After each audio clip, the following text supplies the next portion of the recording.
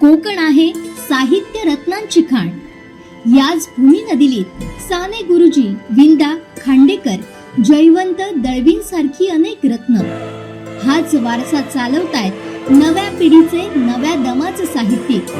अशाच साहित्यिकांसाठी कोकण साधनं आणलं हक्काचं व्यासपीठ. जागर कोकणच्या साहित्य रत्नांचा.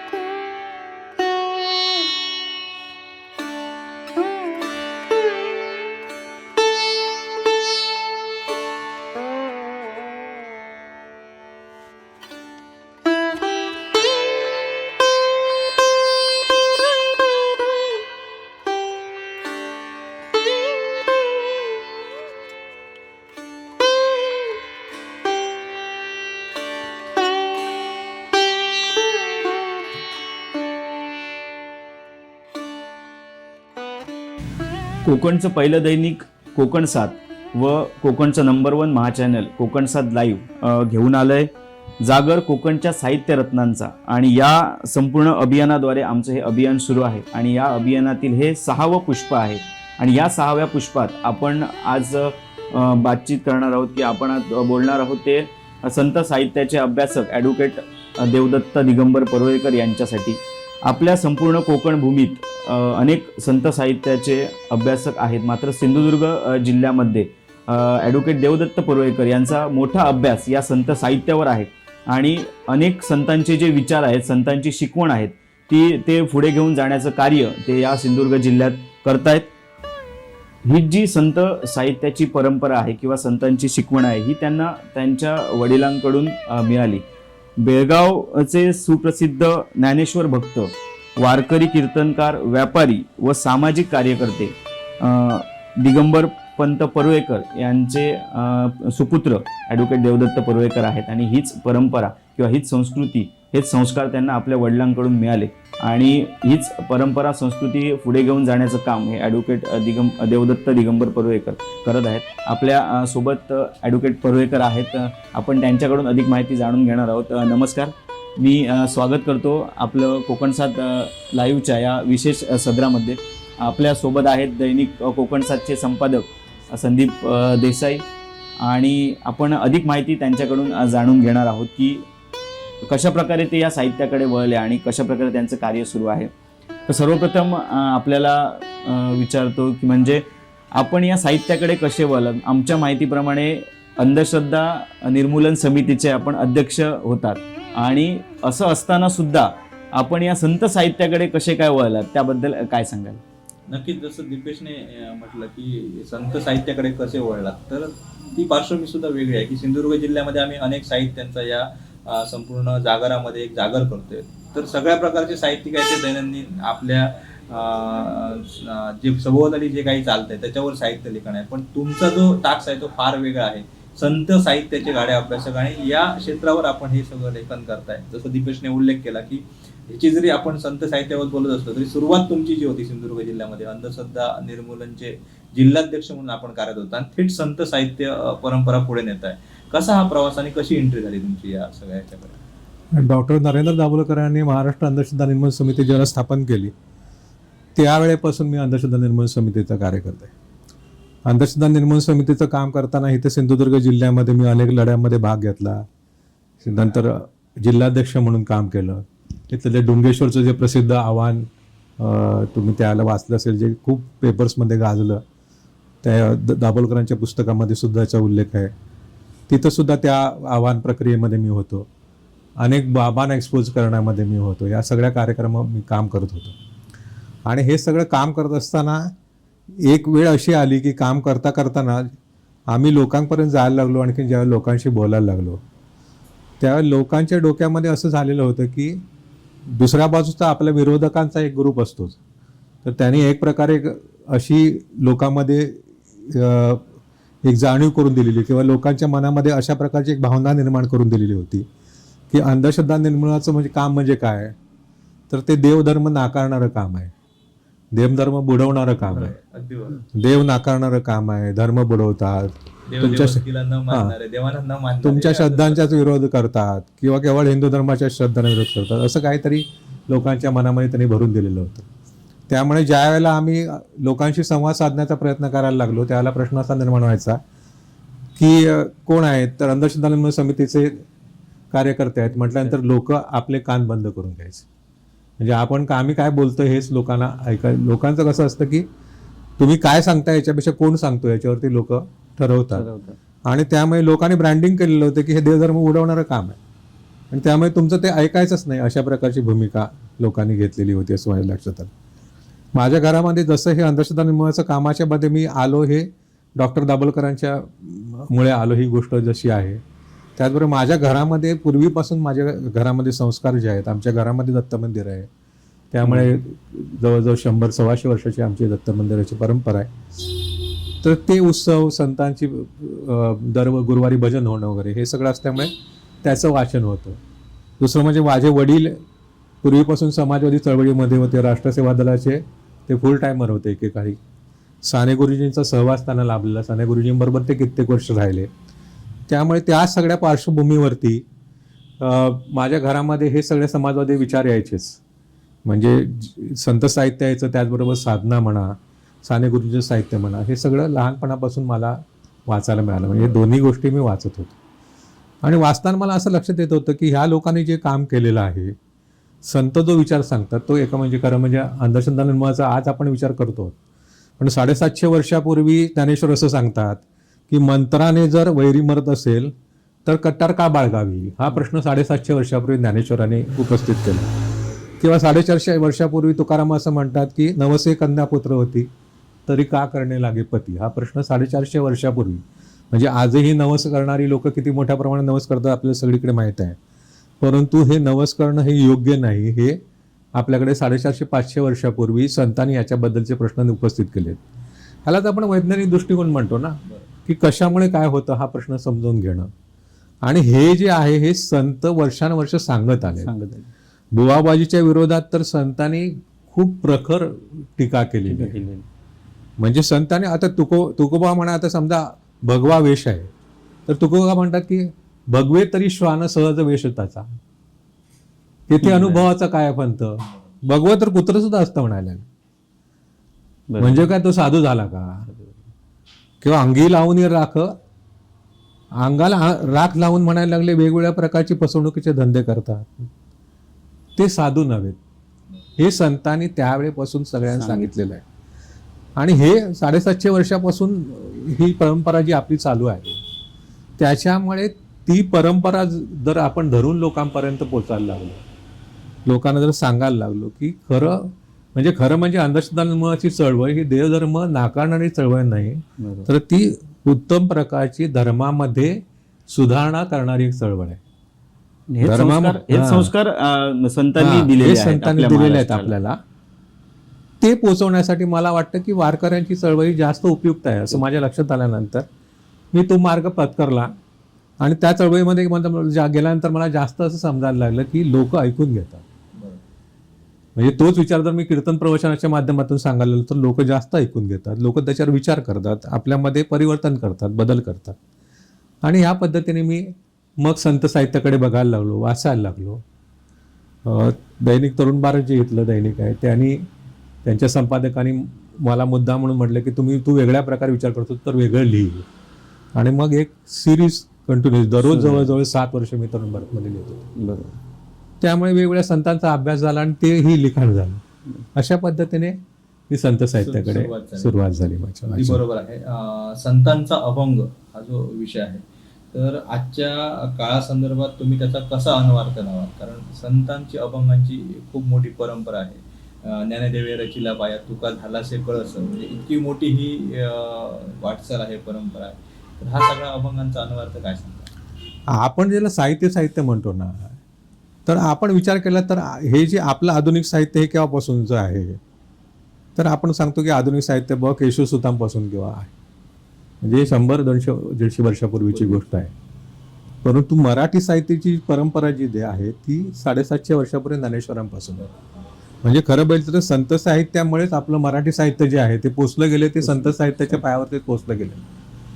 750 वर्षापासून संतच लिहित होते आणि संतांबरोबर मग काही तंतपंत हे कवी काही थोडेफार त्याला मदत करणार असतील. बरोबर. पण त्या मुख्यत्वे आपल्या मराठी साहित्याचा मुख्य प्रवाह हा संत साहित्याचा आहे. आणि ह्या संत साहित्याने लोकांची मनं घडवण्याचं काम केलं. म्हणजे नुसतंच असा प्रकार नाही की संत काहीतरी सांगत राहिले. लोकांच्या मध्ये जे बदल घडले ते त्याच्यामुळे घडले. म्हणजे ज्ञानेश्वरांच्या कालखंडामध्ये ज्ञानेश्वरी लिहिली, ज्ञानेश्वरांच्या समाधीनंतर त्याच कालखंडामध्ये आपण म्हणतो की अल्लाउद्दीन खिलजी खाली उतरले, आणखी देवगिरी पडली. बरोबर. मग त्यानंतरच्या कालखंडामध्ये, मधल्या कालखंडामध्ये मराठी माणूस कुठल्या ताकदीवरती तरुण राहिला शिवाजीराय येईपर्यंत. म्हणजे शिवरायांनी जे काम केलं तर खुद्द बाबासाहेब आंबेडकरांनी ॲनिलेशन ऑफ कास्ट हे त्यांचा जो ग्रंथ आहे त्याच्यामध्ये त्यांनी असं म्हटले की कुठलीही राज्यक्रांती होण्यापूर्वी धर्मक्रांती व्हावी लागते.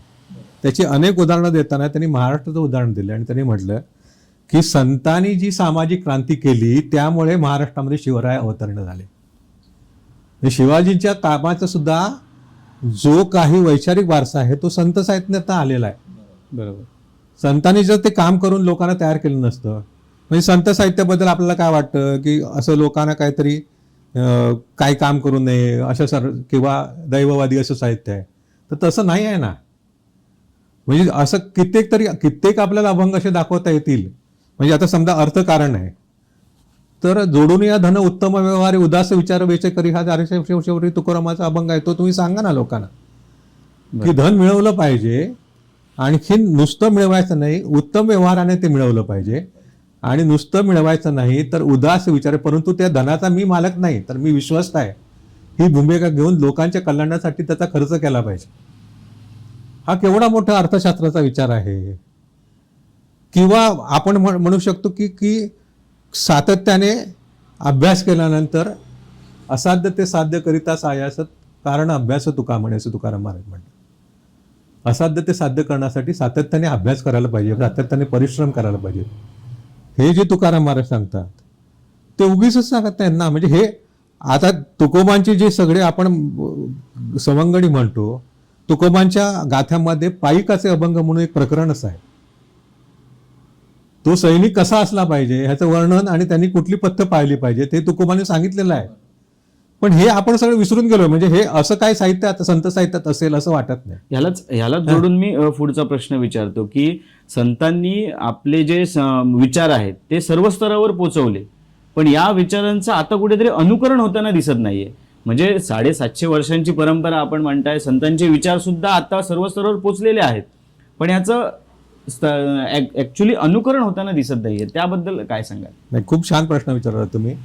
प्रश्न काय आहे की संतांचं जे मूळ साहित्य आहे त्याचा जो गाभा आहे किंवा संतांच्या साहित्याची जी दिशा आहे ती समजून घेऊन ते लोकांपर्यंत पोहोचवण्याचं काम कोणाचं होतं की जे आपण पुरोगामी म्हणतो, पुरोगामी विचाराचे म्हणतो. त्या लोकांनी त्याची कास सोडली आणि त्याची कास सोडल्यामुळे सनातनी विचारांच्या लोकांना काय फायदा झाला त्याचा. कारण ते एका बाजूने धर्म सांगतायत. खरं बदलं तर आपल्याकडे सगळ्या समाज सुधारकांनी धर्म आवश्यक आहे म्हणून सांगितलं. मग ते महात्मा गांधी असून देत, ज्योतिराव फुले असून देत, छत्रपती शाहू महाराज असून देत किंवा आंबेडकर असून देत, ह्या कोणीही धर्म नको असं सांगितलं नाही. धर्माची आवश्यकता आहे असं सांगितलं. परंतु धर्म कोणत्या प्रकारे तुम्ही लोकांमध्ये त्याचा विचार केला पाहिजे, धर्माचा लोकांना का आधार वाटतो आणि त्याच्यासाठी लोक धर्माकडे जर जात असतील तर लोकांपर्यंत कोणता धर्म पोचवायचा ह्याचा विचार आपल्या पुरोगामी लोकांनी घट्ट धरून ठरवायला पाहिजे होतं. बरोबर. म्हणजे आपण काय झालंय की आपण आपली मुळं विसरलो आहोत. आणि जर आपण आपली मुळं जर विसरलो तर तुम्ही वरती कितीही चाटणी केलीत आणि किती फवारणी केली तर तुम्ही जगणार नाही हे आपल्या लक्षात येत नाही. आपण आज उखडले जातो आहोत समाजामध्ये, याचं कारण काय? कारण आपण आपली मुळंच विसरलेलो आहोत ना. तुम्हाला मुळाकडनंच पोषण मिळणार. संत साहित्य हे आपलं मूळ आहे, ते आपल्याला पोषण देणार आहे.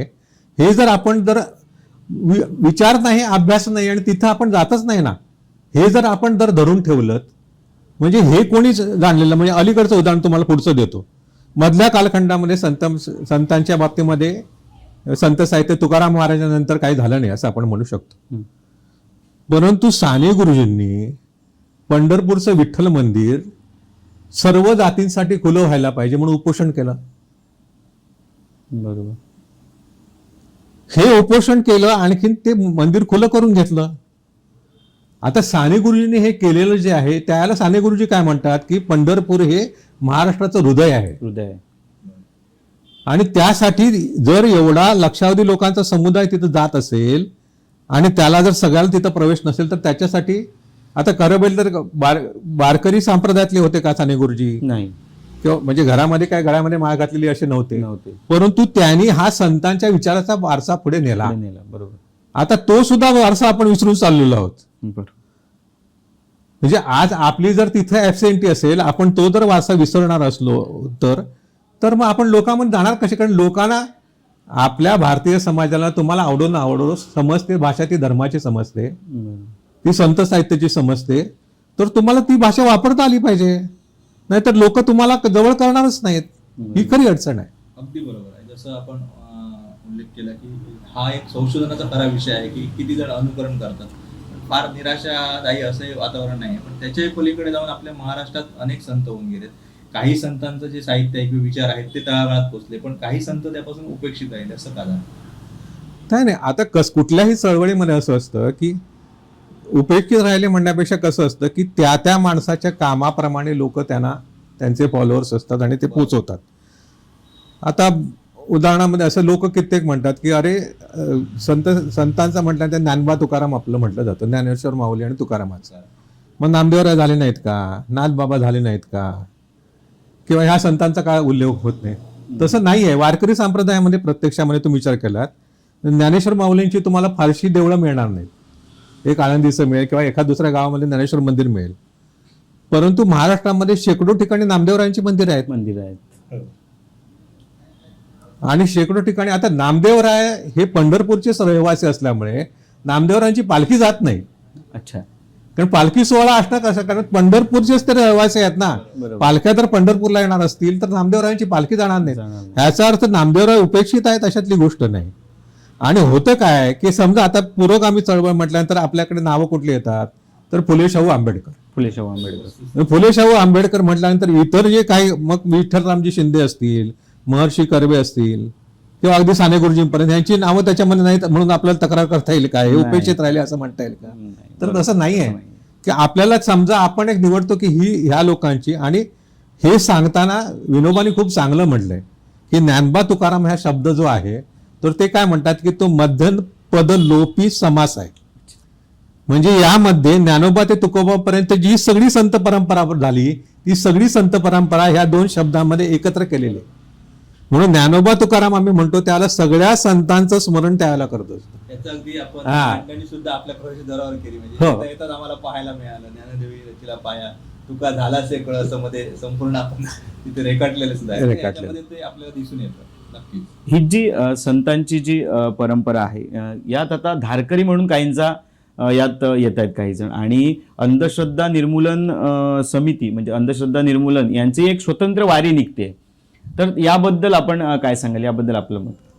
नाही, काय झालेलं आहे की वारकरी संप्रदाय हा महाराष्ट्राचा सर्वात महत्वाचा आणि सर्वात मोठा संप्रदाय.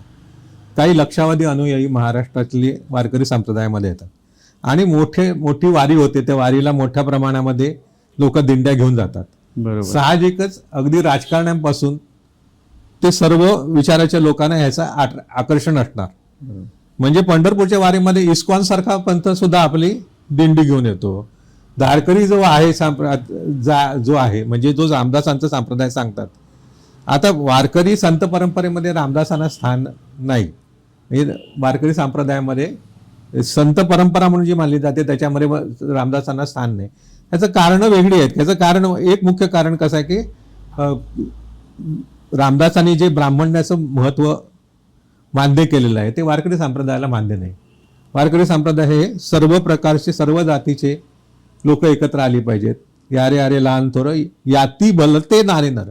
कुठल्याही तुम्ही यातीचे असलात तरी तुम्हाला इथं प्रवेश. विष्णुमय जग वैष्णवांचा धर्म भेदाभेद भ्रम अमंगळ. त्यामुळे कुठल्याही जात किंवा वय किंवा कुठलीही स्त्री पुरुष अशा प्रकारचे भेद वारकरी संप्रदायाला मान्य नाहीत. बरोबर. त्यामुळे त्या लोकांना आतमध्ये काही प्रवेश आतापर्यंत मिळाला नाही. कारण आल्यानंतर ते जर आपलं तत्वज्ञान सांगायला लागले तर लोक विरोध करणार ना, कारण ह्या तत्वज्ञानाच्या पूर्णपणे विरोधामध्ये तुम्ही भूमिका घेऊन येत आहे. भूमिका घेऊन येतात. त्यामुळे धारकरी संप्रदायाला ते आतमध्ये शिरण्याचा प्रयत्न केला म्हणून वारकरी संप्रदायातली लोक स्वीकारतील अशातली गोष्ट नाही. बरोबर. अंधश्रद्धा निर्मूलनाची चळवळीतली लोक तिथे जायला लागलेत, हे एक वेगळ्या कारणाने जायला लागलेत. कारण त्यांना असं वाटतं की हा संप्रदायाशी आपलं काय नातं आहे, बरोबर. हे आता अधोरेखित करायला पाहिजे. आपण उशिरा का असं नाही आपल्याला तर कळतंय. कळतंय. जर आपण आपलं नातं जर संत साहित्याशी आहे, संतांनी सांगितलेल्या विचारांशी आहे, हे लोकांपर्यंत जर आपण पोचवलं नाही तर महाराष्ट्रातल्या एका मोठ्या समाजापासून आपण तुटलेलं राहू.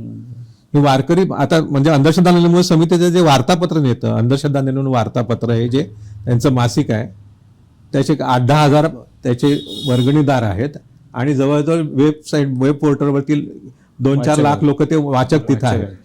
तिथं मध्ये साधारणतः गेले वर्षभर मी एक संतांचा धर्म म्हणून एक त्याच्यामध्ये सदर चालवतो. त्याच्यामध्ये व संतांनी सुद्धा धर्मचिकित्सा केली, ती कोणत्या प्रकारे केली, संतांनी धर्माची मांडणी कोणत्या प्रकारे केलेली आहे, बरोबर.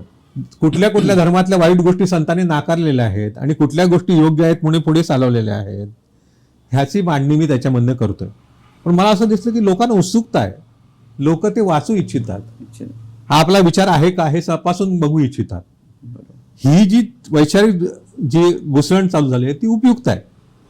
परंतु तिथं जाऊन फक्त एकच म्हणजे आपण हा संप्रदाय समजून घेण्यासाठी तिथं गेलं पाहिजे. वारकरी संप्रदायामध्ये तुम्हाला लोक विरोध करतील, त्यांना विरोध करण्याचे कारण नाही, कारण वर्षानुवर्षांची त्यांची परंपरा आहे, ते आपली परंपरा सोडून पुढे जात नाही. पण तुम्ही आल्यानंतर त्यांना शिकवण्यापेक्षा त्यांच्याकडनं आपल्याला काय शिकण्यासारखं आहे ह्याचा विचार करून जर आपण शिकलो, खूप गोष्टी आहेत शिकण्यासारख्या, तर आपल्याला त्याचा उपयोग होऊ शकेल. अगदी खरं आहे. ह्या सगळ्या गोष्टी आपण करत असताना संत साहित्य परंपरेत कीर्तनाला अतिशय महत्व आहे. म्हणजे ज्या पद्धतीने पूर्वीचं कीर्तन होतं, आपण कीर्तनाचे जे परंपरा आहे ती पुढे नेत आहे. मात्र ह्या सगळ्या कीर्तनांमध्ये प्रबोधन खरं त्या मागचं मुख्य उद्देश होता. मात्र आज काही कीर्तनाच्या नावाखाली जे काय धांगडधिंगा चाललेला आहे, अगदी मनोरंजनाचं सुद्धा त्याच्यातनं काम केलं जातं. याबद्दल काय सांगाल? म्हणजे खरंच कीर्तनाचा जो मूळ गाभा होता तो आज दिसतोय का? नाही, अगदी खरं आहे. वारकरी संप्रदायाने आपल्या प्रचार प्रसाराची जी साधनं निवडली त्याच्यामध्ये कीर्तन हे अत्यंत महत्वाचं आहे. आता त्यांनी महत्वाचं काय केलं तर पूर्वी कीर्तनं देवळात होत असत, ती कीर्तनं त्यांनी वाळवंटात आणली. कारण आम्हाला जर देवळातच प्रवेश नसेल, मी अमका जातीचा आहे वगैरे म्हणून, तर आम्हीच वाळवंटामध्ये येतो ना, आणि आम्ही वाळवंटामध्ये कीर्तन करतो आणि आमचा देवाला भेटण्यासाठी आम्हाला देवळात जाण्याची गरज नाही. आम्ही कीर्तन करतो, तिथं देव आम्हाला भेटायला येतो. आमच्या कीर्तनामध्ये देव नाचतो. नामदेव कीर्तन करती पुढे नाचे पांडुरंग असं वर्णन केलंय. म्हणजे आम्हाला तिथं जाण्याची गरज नाही. आम्ही भक्ती जिथं करतो, आम्ही देवाचे जिथं नामस्मरण करतो तिथं देव येतो, ही संतांची मांडणी आहे. आणि त्यामुळे त्यांनी कीर्तन वेगळ्या पातळीवरती नेलं, लोकांच्या भाषेमध्ये लोकांना मिळून. वारकरी कीर्तन हे एकत्र सामुदायाने करण्याचा भक्तीचा प्रकार आहे. तिथं एकच माणूस नसतो. तुम्ही बघितलं असेल की टाळकरी असतात, पखवाजी असतात आणि तो सांगत असतो. आता हे जे त्यांनी सुरू केलं ते करण्याच्या पाठीमागे उद्देश काय होता तर नामदेवाने सांगितलंय की ज्ञानदीप लावू जगी, नाचू कीर्तनाचे रंगी, ज्ञानदीप लावू जगी. ज्ञानाचा दीपक उजळण्यासाठी आम्ही जाऊ. आणि वारकऱ्यांनी कुठली पथ्य पाळली पाहिजेत, कीर्तनकारांनी कुठली पथ्य पाळली पाहिजेत, याच्याबद्दल वारकरी संप्रदायाच्या निष्ठा आहे. म्हणजे त्यांनी स्पष्ट समजेत देती घेती नरका जाती असं तुकाराम महाराज म्हणतात. कीर्तनकाराने कथेचा विक्री करता कामा नये असं तुकाराम महाराज म्हणतात. म्हणजे जर मी इतके बिदा घेतल्याशिवाय मी कीर्तन करणार नाही असं जर कीर्तनकार म्हणत असेल तर तो वारकरी नाहीच. बरोबर. ते वारकरी कीर्तनकाला मान्य नाही. कीर्तनामध्ये अनुषंगाने विनोद ही गोष्ट वेगळी आहे. म्हणजे परंतु कीर्तन म्हणजे विनोदाचा एक मात्र प्रयोग नव्हे, तो तमाशा नव्हे. म्हणजे तमाशामध्ये म्हणजे तमाशावरती मी टीका करतो अशातली नव्हे, परंतु केवळ लोकांचं रंजन हा कीर्तनाचा उद्देश नाही आहे.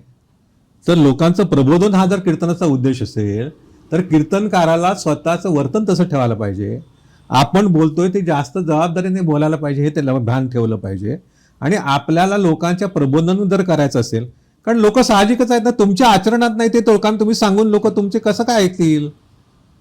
बरोबर. ते लोकांना सांगितलं तर लोक केवळ एंटरटेनमेंट म्हणून जर त्याच्याकडे बघायला लागली तर ते विकृत होईल.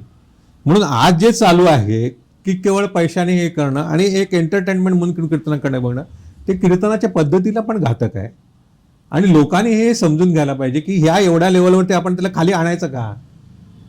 बरोबर. तुम्ही कुठल्या कीर्तनकारांना म्हणजे चांगले कीर्तनकार प्रबोधन करणारे महाराष्ट्रात नाहीत असं नाही, परंतु तुम्ही कुठल्या कीर्तनकारांना बोलवावं, कोणत्या कीर्तनकाराचं ऐकावं. जे कीर्तनकार आपल्या कीर्तनामध्ये स्त्रियांवर सुद्धा विनोद करतात आणि लोक हसतात, आणि ते तुम्ही बोलून तुम्ही काय करताय प्रत्यक्षामध्ये.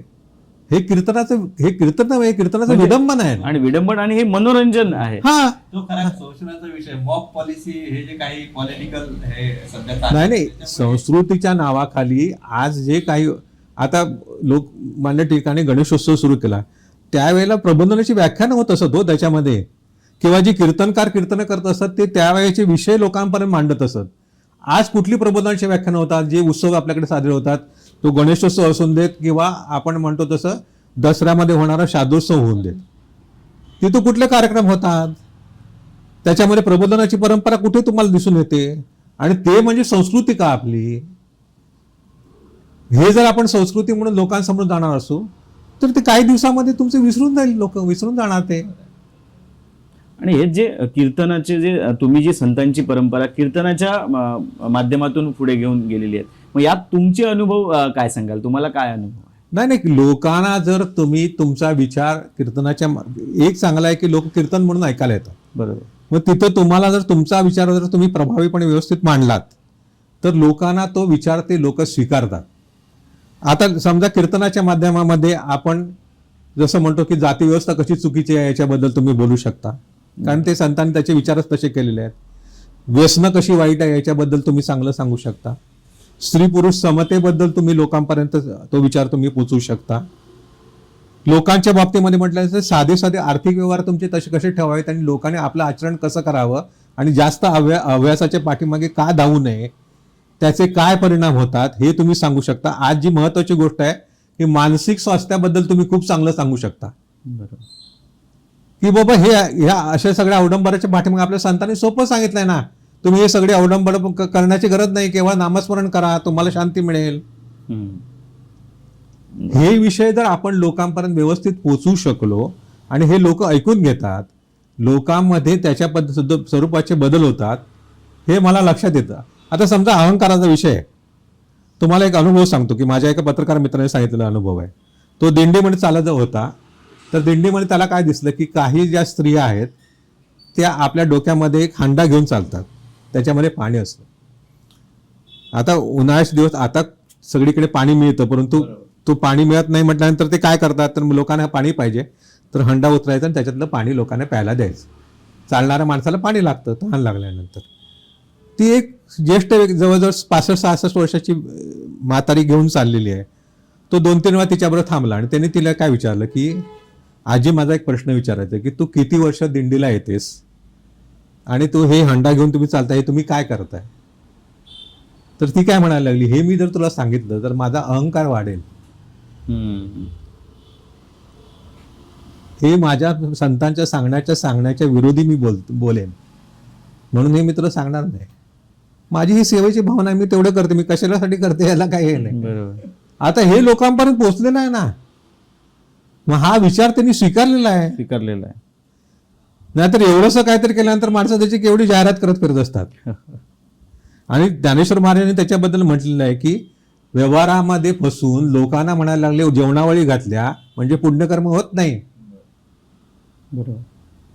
हा सगळा संतांचाच विचार आहे. हा फक्त आपण लोकांपर्यंत पोहोचवण्याची गरज आहे. लोक त्याच्यामध्ये आणि चांगले विचार पोचायला वेळही लागतो, हळूहळू ते पोचणार. आणि सांगणारा जर तसा असेल तर लोक तुमचं अनुकरण करणार, नाहीतर अनुकरण करणार नाहीत. आणि हे जर आपण आता मी जर सांगतोय तर मला तपासून बघायला पाहिजे की माझ्यामध्ये ते येत आहे का, तो संतांचा नम्रपणा येतोय का.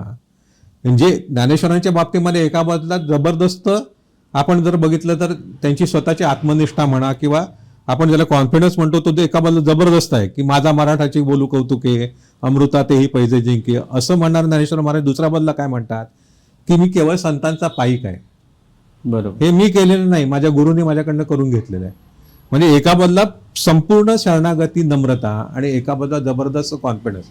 अशा प्रकारचं जे मिश्रण आहे संतांच्या साहित्यामध्ये, तुकोबा एका बाजूला आपण बघू शकतो की अत्यंत कणखर आहेत, एका ताकदवान आहेत, त्याच वेळेला ते संतांच्या बाई तेवढेच नम्र आहेत. हे जर मी माझ्या आचरणामध्ये आणतोय का, मी माझ्या आचरणामध्ये मला तपासून बघायला पाहिजे ना. माझ्या वर्तनामध्ये जर फरक पडला तरच मी लोकांमध्ये परिवर्तन करू शकतो.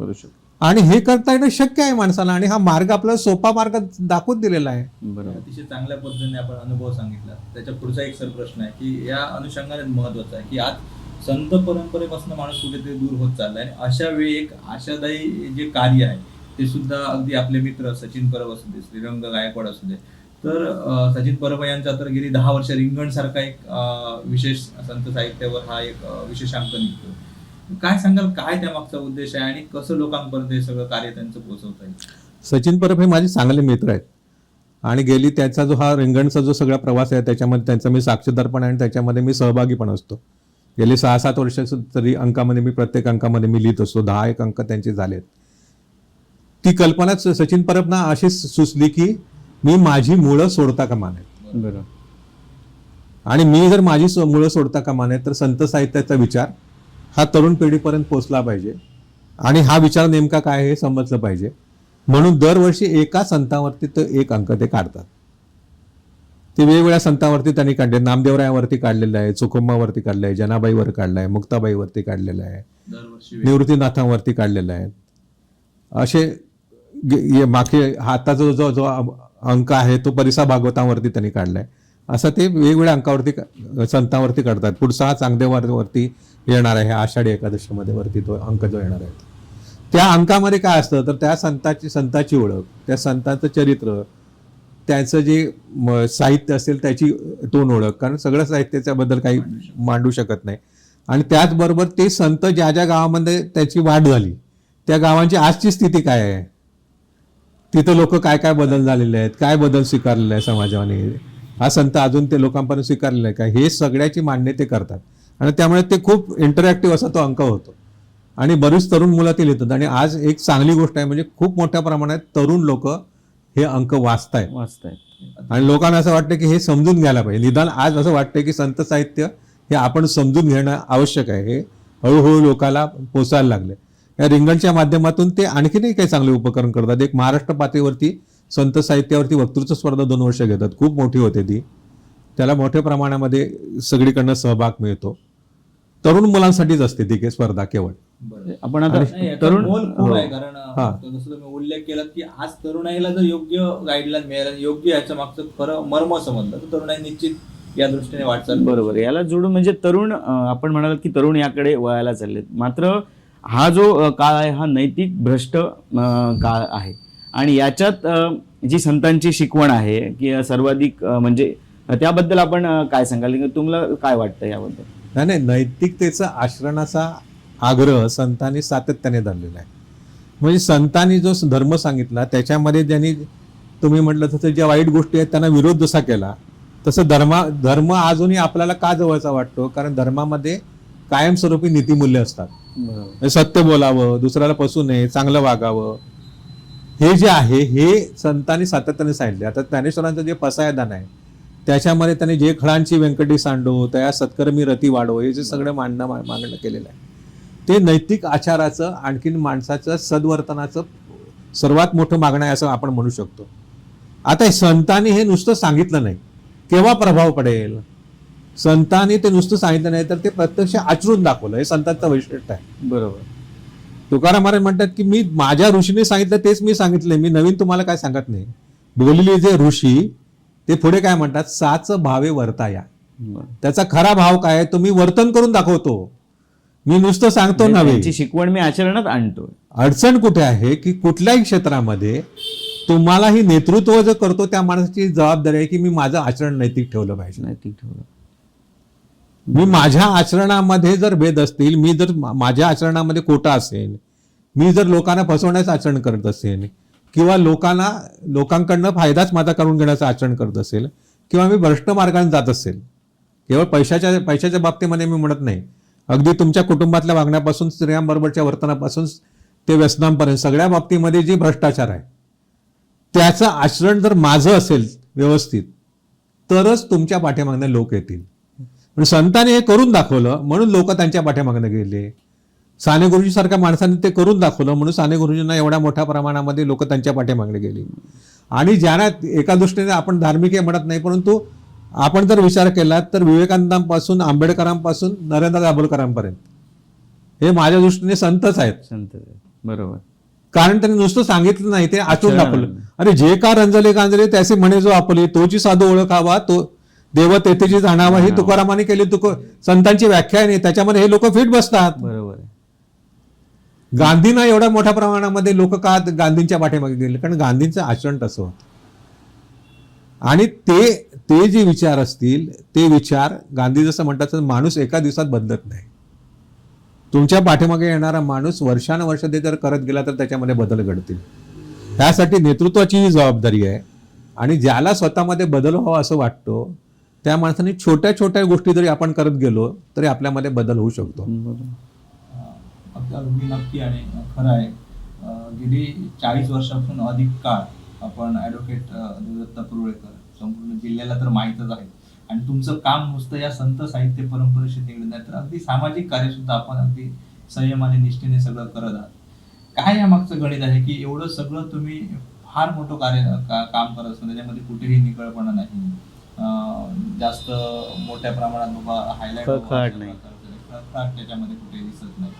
कसं हे सगळं शक्य झालं तुम्हाला? याच्या मागे संत साहित्य परंपरेला आपण अनुसरून जे कार्य नाही, मला असं वाटतं की संतांचा आणि ह्या परंपरेचा विचार केला नाही तर आपण कोणच नाही आहोत. आपण त्या दृष्टीने अगदी क्षुल्लक माणसं आहोत. म्हणजे आपण जर विचार केला तरी यांची कामं जर बघितली तर संतांचं काम म्हणा किंवा साने गुरुजींचं काम म्हणा किंवा त्यांच्या परंपरेमध्ये आपल्या महाराष्ट्रामध्ये जे किंवा सिंधुदुर्गाचा विचार केला तर आपण बॅरिस्टर नाथपै सेवांगणचा मी आज अध्यक्ष आहे. मी नेहमी म्हणतो अरे बॅरिस्टर नाथपै म्हणा किंवा मधुदंडवते ही एवढी मोठी माणसं होती की आज त्यांची नावं घेण्याची सुद्धा आपली खरी लायकी आहे का? बरोबर. आपण त्यांचा जो वारसा सांगतो आहोत तो आमच्या आचरणामध्ये येतोय का? आमच्या आचरणामध्ये जर नसेल तर नुसतं लोकांसाठी अरे लोक त्यांच्या पाठीमागे गेली नाहीत, पण कोणाची जबाबदारी होती? ही आपली जबाबदारी आहे ना. आपण फेल ठरलेलो आहोत ह्या बाबतीमध्ये. आपलं फेल्युअर आपण मान्य केलं पाहिजे. आणि लोकांना नुसतं सांगितलं तर लोक तुमच्या पाठीमागे येणार नाहीत. ह्या लोकांनी जे त्यांच्या निष्ठा बघा ना. रेल्वे मिनिस्टर असलेल्या माणसाच्या घरामध्ये काय होतं? त्यांच्या घरामध्ये साधी अशी टेबल खुर्ची नव्हती. मी बसायला गेलो तर एक टेबल आणखीन त्यांची एक खुर्ची जी लिहिण्यासाठी ते वापरत असत. आम्ही भेटल्यानंतर त्यांनी चटई घातली आणि आम्ही चटईवर बसून गप्पा मारल्या. हा फायनान्स मिनिस्टर असणारा माणूस रेल्वे मिनिस्टर असताना दंडवतेंचा मुलगा रेल्वेच्या रांकेमध्ये उभं राहूनच तिकीट काढायचा. हे सगळं जे आहे ना लोकांना हे आज हास्यास्पद वाटतं. का गांधी मोठे आहेत? कारण त्यांनी त्या पद्धतीने वागले. आणि ह्या लोकांनी एक वारसा तो विचारांचा जो वारसा आहे तो गांधींचा म्हणा ही एक रांक आहे की संत, नंतर गांधी, त्याच्यानंतर साने गुरुजी, नंतर हे आपण म्हणतो तसं नाथपै, दंडवते, हे जे सगळे विचार आहेत ह्या विचारांची एक रांग आहे. ही नुसती विचारांची नाही तर कृतीची रांग आहे. आणि म्हणूनच मी सुरुवातीला जसं म्हटलं की याच विचारांमुळे आज महाराष्ट्रात म्हणा किंवा देशात किंवा जगात म्हणा शांतता नांदते. ह्याच विचारांमुळे आज गांधींना शिव्या घालणारी महाराष्ट्र जगभर लोक एका बदला महाराष्ट्रामध्ये भारतामध्ये आहेत दुर्दैवाने. परंतु जगभर हा विचार मानणारी खूप लोक आहेत. आणि गांधीचा विचार किती महत्वाचा आहे ह्याचं चिंतन आणि अभ्यास जगामधल्या कित्येक युनिव्हर्सिटीमध्ये होतोय. कारण त्यांना असं दिसतंय की मला आयुष्याशिवाय पर्याय नाही आहे. आज आपण ॲटोमबॉम्बच्या शेलवरती बसलेलो आहोत. एखाद्या मूर्ख माणसाच्या हातामध्ये जर ॲटोमबॉम्ब गेला तर काय होईल? आज ज्या पद्धतीची हिंसाचार चालू आहेत, युक्रेन ह्याची युद्ध चाललेली आहेत, कोणच म्हणत नाही की बाबा हे तुमचं अहंकाराची लढाई कशासाठी? ही विवेकाची आहे का? त्याला विवेकवादाचंच उत्तर असू शकतं ना. पण हे जो विचार आहे हा आपण कृतीमध्ये आणतोय का? म्हणून आम्ही काय त्यांच्या इतके मोठे नाही की त्यांच्या इतकं हे करू शकतो. मी माझ्या पातळीवरती मला काय करता येणं शक्य आहे तेवढं मी करणं. निश्चितच ते जे सामाजिक क्षेत्रामध्ये मला काम ज्या संस्थांमध्ये करता येतं त्या संस्थांमध्ये मी करण्याचा प्रामाणिकपणे प्रयत्न करतो. मी लोकांना सांगायला जात नाही की तुम्ही असे बदला, पण मोठ्या लोकांचे विचार काय आहेत हे लोकांपर्यंत पोहोचवण्याचा मी प्रयत्न करतो. नाथपै सेवांगणमध्ये आम्ही गांधींच्या विचारावर त्याची चर्चासत्र घेतली. वेगवेगळे साहित्यिक आम्ही महाराष्ट्रातले आणले, आणखीन ते साहित्यिक काय विचारात सांगतायत, काय विचार करतायत हे लोकांनी ऐकावं म्हणून आम्ही प्रयत्न केले. किंवा संत साहित्य हा पुरोगामी विचार कसा आहे हे सांगण्यासाठी आम्ही संमेलन घेतलं. याच्यामध्ये माझा विचार काय नाही, ते काय सांगतायत हे समजून घ्या आणि त्या पद्धतीने आपण आपल्या जीवनामध्ये छोट्या छोट्या गोष्टींचा बदल करू शकतो का, ह्याचा आपण विचार करायला पाहिजे. आणि मला त्यामुळे अहंकाराचं काय वाटतच नाही की ही एवढी मोठी माणसं होती की आपण कोणच नाही आहोत. निश्चितच कसला अहंकार आपण बाळगायचा प्रत्यक्षामध्ये. निश्चितच म्हणजे तुम्ही संपूर्णपणे हे कार्य तुमचं आज कित्येक वर्ष सुरू आहे आणि कुठचाही मोठा गाजावाजा न करता तुम्ही हे चालू केलेलं आहे. आणि यात एक मुख्य म्हणजे आपल्या ज्या सहचारिणी आहेत, आपल्या पत्नी आहेत मंगलताई परुळेकर, यांचा सुद्धा मोठा साथ म्हणा ही आपल्याला लाभलेली आहे. तर त्याबद्दल त्यांच्या सामाजिक कार्याबद्दल काय सांगाल, किंवा संत अभ्यास आपला आणि त्यांचं सामाजिक कार्य याबद्दल कसं काय जोड? नाही, मला आनंदाची गोष्ट आहे की मला माझी अशी सहचारिणी मिळाली की आम्ही एका विचाराचे आहोत. म्हणजे आम्ही वैचारिक ह्याच्यामध्ये आमचे मतभेद नाहीत. त्याचबरोबर आमच्या आवडीनिवडी ह्या एका प्रकारच्या आहेत. म्हणजे आम्हाला माझ्या घरामध्ये हजारो पुस्तकं असतात, मलाही वाचायला आवडतं, तिलाही वाचायला आवडतं. चांगली पुस्तकं वाचावीत, चांगले चित्रपट बघावेत, चांगलं संगीत ऐकावं, चांगले नाटकं बघावीत आणि लोकांमध्ये मिसळून आपल्याला जे काही करता येणं शक्य असेल ते करत राहावं, छोट्या छोट्या गोष्टी करत राहावं. हे आम्ही पूर्वीपासून करत आलो. मुक्तांगण नावाची संस्था ती चालवते आणि अगदी लहान मुलांच्या विकासासाठी केवळ शालेय शिक्षण नाही तर मुलांचा सर्वांगीण विकास कसा होऊ शकेल आणि नवीन शिक्षणाची काही पद्धत आहे या पद्धतीने ती मुलांमध्ये ती चालवते. तिच्या म्हणजे तो खरं म्हणजे ती 3 ते 6 वयोगटातल्या मुलांसाठीच प्रोजेक्ट आहे. परंतु त्या प्रोजेक्टमधनं गेलेली कित्येक मुलं आज आपापल्या क्षेत्रामध्ये अग्रेसर आहेत. आणखीन ते म्हणतात की आम्हाला जे काही हितं मिळालं त्यामुळे आमचा पाया खूप चांगला झाला म्हणून आम्ही तिथे गेलो. म्हणजे तिथं त्यांना केवळ शालेय शिक्षण मिळालं नाही तर तिथं एक प्रकारची संस्काराची शिदोरीही त्यांना मिळाली आणि ती संस्काराची शिदोरी घेऊन ते पुढे समाजामध्ये जातात. तर हा करण्याचा ती प्रयत्न करते आणि ते करताना तिला माझ्या ह्या सगळं हे जे काम चालू असतं, आता हे काम करत असताना तुम्हाला माहिती आहे की साहजिकच काही प्रमाणामध्ये घराकडे किंवा इतर गोष्टींकडे दुर्लक्ष होतं किंवा तिकडे हे करत, त्या सगळ्या गोष्टी ती सांभाळते खूप उत्तम तऱ्हेने.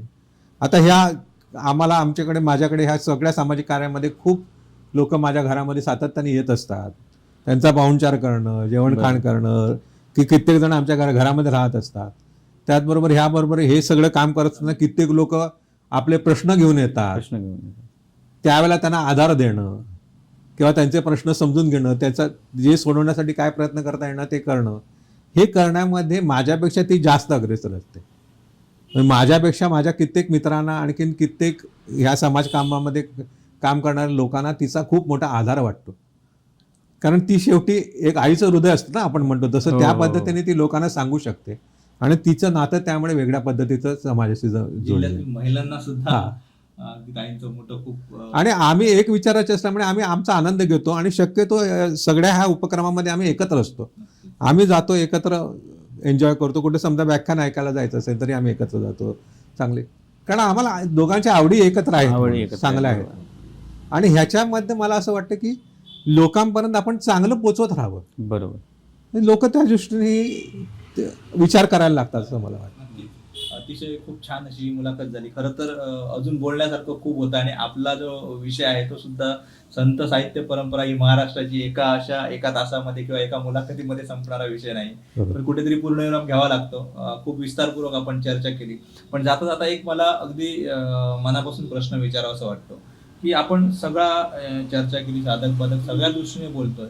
आजची युवा ही कुठेतरी भरकटत चालली असं एका ठिकाणी म्हणतोय, मात्र तीच युवा ही अनेक या आपल्या ज्या सगळी संत साहित्य परंपराच नाही तर महाराष्ट्राने जो काही सांस्कृतिक वारसा दिलेला आहे, जो हा संत परंपरेचा आहे, तो सुद्धा चोखाळताना दिसते. जसं आपल्याशी बोलताना सुद्धा एक छान असा उल्लेख झाला की वारीमध्ये तरुणांचा आज वाढत चाललेला प्रवास आणि सगळ्या ह्या गोष्टींमध्ये ही एक आशा आहे. तर काय आपण या तरुणाईला संदेश द्याल? आपला जो ही संस्कृती हा वारसा आहे, हे सगळं संत साहित्य परंपरा सगळी जी आहे ती पुढे गेली पाहिजे, पुढच्या पिढीपर्यंत ही अव्याहत चालत आली पाहिजे. आपण आज जोपासताय, ही परंपरा पुढे जाण्यासाठी तरुणांनी काय नेमकं केलं? नाही, तरुणाईच्या बाबतीमध्ये मी बिलकुल नाराज नाही.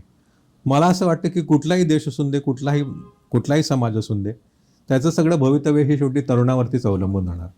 जगामधल्या ज्या सगळ्याच क्रांत्या झाल्या त्या तरुणांनीच केलेल्या आहेत. त्यामुळे तरुणावरती अविश्वास अशातली गोष्ट नाही. आपल्याला जे दिसतं ते तरुणाईचं जे विघातक रूप आपल्या समोर जे एका बाजूने येतं, खरं म्हणजे ते विघातक रूपापेक्षा बरोबर विधायक रूपपर्यंत लोकांपर्यंत सुद्धा पोहोचलं पाहिजे.